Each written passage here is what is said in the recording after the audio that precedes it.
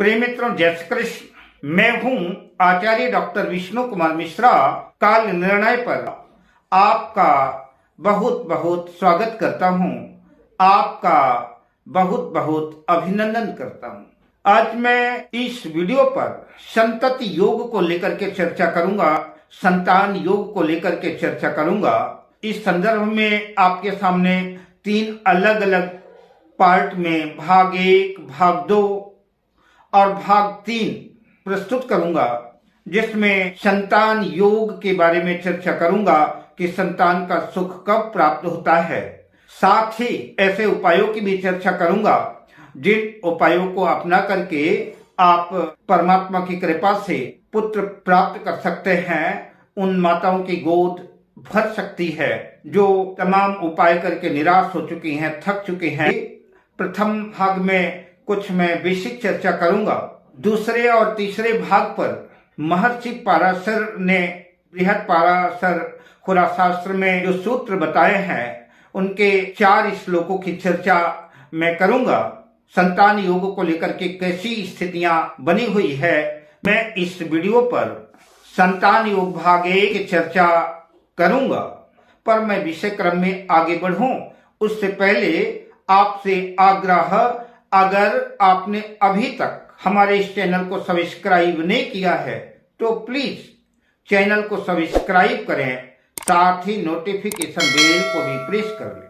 अगर आप अपनी या अपनों की जन्म कुंडली का बृहद प्रेडिक्शन कराना चाहते हैं, विश्लेषण कराना चाहते हैं, किसी भी किस्म का हमसे ज्योतिषी परामर्श प्राप्त करना चाहते हैं, या कि उत्तम क्वालिटी का रियल राशि रत्न आदि प्राप्त करना चाहते हैं, तो आप स्क्रीन पर फ्लैश हो रहे नंबरों पर हमसे संपर्क कर सकते हैं। संतान योग के तीनों वीडियो का लिंक डिस्क्रिप्शन में मिल जाएगा, आप वहां जाकर के वीडियो देख सकते हैं। जन्म कुंडली का यह लग्न भाव है, पहला भाव है, आप सब जानते हैं। जन्म कुंडली का यह पंचम भाव है।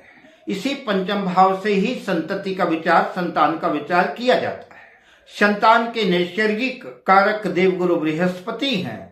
अगर जन्म पत्रिका में किसी भी तरह से इस पंचम भाव का स्वामी, आपकी जन्म पत्रिका में जो भी पंचम भाव का स्वामी हो, उस पंचम भाव के स्वामी का संबंध अगर देवगुरु बृहस्पति से बनता है, पंचमेश की देवगुरु बृहस्पति के साथ युति संबंध हो या कि दृष्टि संबंध हो, अगर देवगुरु बृहस्पति और पंचमेश का संबंध बनता है तो संतान सुख के लिए यह एक अच्छा संयोग और अच्छा सुखद योग माना जाएगा। ऐसा योग संयोग अगर जन्म पत्रिका में बनता है तो निश्चित रूप से ऐसे जातकों के अच्छी संतान होती है और उस संतान से माता पिता को सुख भी प्राप्त होता है। किसी भी जन्म पत्रिका में लग्न का स्वामी लग्नेश और पंचम भाव का स्वामी पंचमेश और देवगुरु बृहस्पति, ये तीनों केंद्र या त्रिकोण में स्थित हैं, या कि ये तीनों ग्रह स्वग्रही हैं। लग्नेश लग्न में स्थित है, पंचमेश पंचम भाव में स्थित है और देवगुरु बृहस्पति भी अपनी स्वराशि और उच्च राशि में स्थित हैं, तो यह भी जो है सुखद संयोग पुत्र के लिए योग माना जाएगा। निश्चित रूप से इससे भी पुत्र की प्राप्ति होगी, या कि लग्नेश पंचमेश और देवगुरु बृहस्पति की युति केंद्र त्रिकोण भाव में कहीं भी है, तब भी जो है संतान उत्तम होगी, संतान की निश्चित प्राप्ति होगी और संतान से सुख भी प्राप्त होगा। शास्त्रों में कहा गया है, नष्टात्मजा रविकुजो खलु पंचमस्थो चंद्रात्मज बहुसुताम गुरु भार्गवौ च राहुर्ददाश्च मरणं रविजाश्च रोगम कन्या निधान मुदरम कुरुते शशांकः। पंचम स्थान में यदि सूर्य या मंगल हो तो यह संतान के लिए शुभ संदेश नहीं है।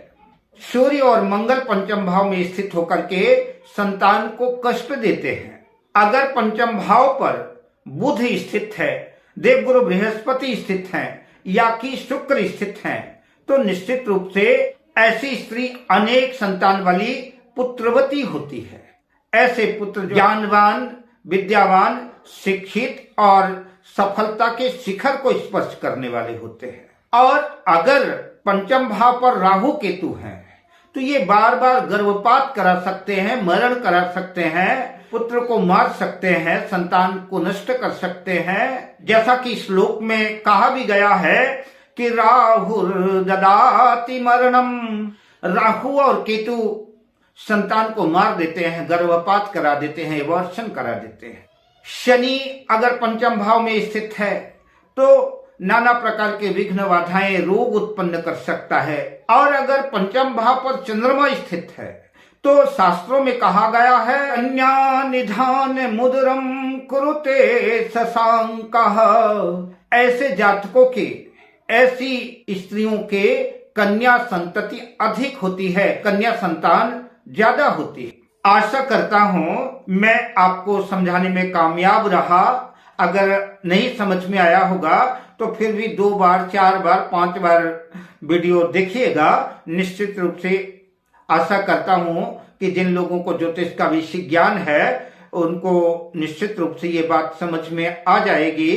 अब आइए महत्वपूर्ण उपायों का जिक्र करता हूं, जिन उपायों को अगर आप पूरी श्रद्धा से, पूरे विश्वास से अपनाते हैं तो ईश्वर की कृपा बरसेगी और संतान बाधा दुर्योग जो है सुयोग में बदल जाएगा और संतान सुख की परमात्मा की कृपा से प्राप्ति हो सकती है। साथ ही मैं निवेदन करना चाहूंगा, अगर संतान बाधा योग उत्पन्न है, संतान, जिन माताओं को, जिन बहनों को संतान की प्राप्ति नहीं हो पाई, मेहरबानी करके किसी योग्य ज्योतिषी से कंसल्ट करें, उनसे परामर्श लें, उनसे सलाह लें और उनके द्वारा बताए हुए उपायों को अपनाएं और साथ ही किसी योग्य डॉक्टर से भी परामर्श करें, योग्य डॉक्टर से भी संपर्क करें। यह दोनों संयोग अगर बनते हैं तो ईश्वर की कृपा से पूर्ण विश्वास करता हूं, आशा करता हूं कि आपकी गोद भर जाएगी और संतान सुख को प्राप्त होगा। ये जो मैं उपाय बताने जा रहा हूं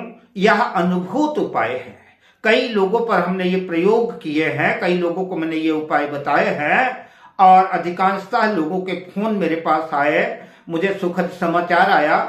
मैं आशा करता हूं कि आपकी भी मनोकामना पूर्ण होगी और मनोकामना पूर्ण होने के बाद निश्चित रूप से आप हमको बताइएगा हमारी मनोकामनाएं पूर्ण हो गई। आइए उपाय क्रम में आगे बढ़ते हैं। हम जिस पहले उपाय की चर्चा कर रहा हूं तो श्रीमद् भागवत महापुराण के महात्म्य के 6ठे अध्याय, 6ठम अध्याय के 52वें श्लोक पे लिखा है, मैंने कई लोगों पर यह प्रयोग किया है। अपुष्पा काक बंध्या चा बंध्याया चा मृतार्भका श्रवद गर्भा च या नारी तया श्राव्या प्रयत्नतः। जिस स्त्री का रजो धर्म ठीक ना हो, बंध्या हो, जन्म से बंध्या हो, काक बंध्या हो, या जिस स्त्री की संतान जीवित ही न रहती हो, मृत संतान पैदा होती हो या कि संतान होकर मर जाती हो, श्रवद गर्भा च या नारी, जिस स्त्री को गर्भ ठहरता है किंतु महीने 2 महीने में एवार्शन हो जाता है, गर्भपात हो जाता है, ऐसी स्त्री को, ऐसी नारी को चाहिए कि प्रयत्न पूर्वक, पूरी श्रद्धा से, पूरे विश्वास के साथ, पूरे सकारात्मक मन से भगवान कृष्ण के ऊपर पूरा भरोसा रख करके भागवत जी की कथा का मूल पारायण करना चाहिए और पूरी तन्मयता के साथ श्रीमद् भागवत की संकल्प पूर्वक जो है कथा का श्रवण करना चाहिए।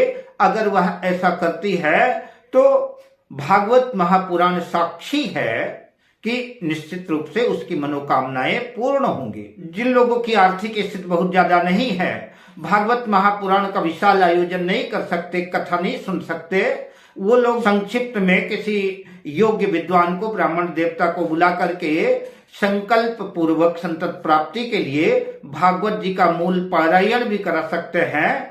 मूल पारायण करा करके भी संतान सुख का लाभ प्राप्त कर सकते हैं तो निश्चित रूप से उनकी मनोकामनाएं पूर्ण होगी। भागवत जी के मूल पाठ से कुंडली में निर्मित समस्त दोष समूल नष्ट हो जाते हैं।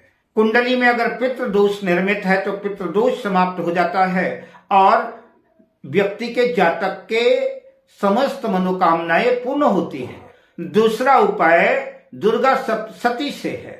समस्त बाधाओं से मुक्ति प्राप्त कर पुत्र पुत्रादि प्राप्ति के लिए पूरी श्रद्धा से, पूरे विश्वास के साथ, पूरी निष्ठा के साथ हम जो मंत्र बता रहे हैं, इस मंत्र का संपुट लगा करके दुर्गा सप्तशती के 9 पाठ कराएं या स्वयं करें, या कि जब तक मनोरथ पूर्ण ना हो तो धैर्य पूर्वक इस मंत्र का संपुट लगा करके दुर्गा सप्तशती का पाठ करते रहें।